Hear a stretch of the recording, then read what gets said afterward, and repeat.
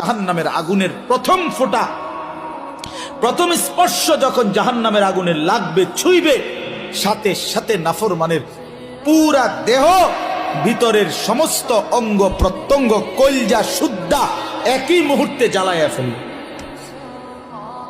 দুনিয়ার আগুন কখনোই এভাবে জ্বলে না।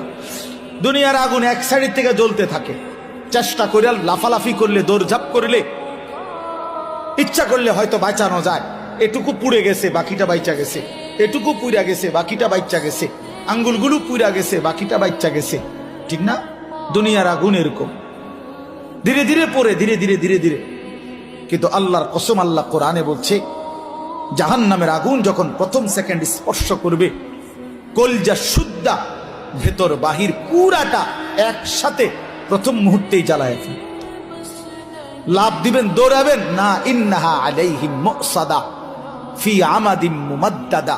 আল্লাহ বলেন, আগে জাহান্নামের মোটা খুঁটিতে বান দেওয়া হবে, এরপরে আগুন জ্বালানো। হ্যাঁ, এটা কোরআন শরীফের আয়াত। খুযুহু ফাগুল্লু।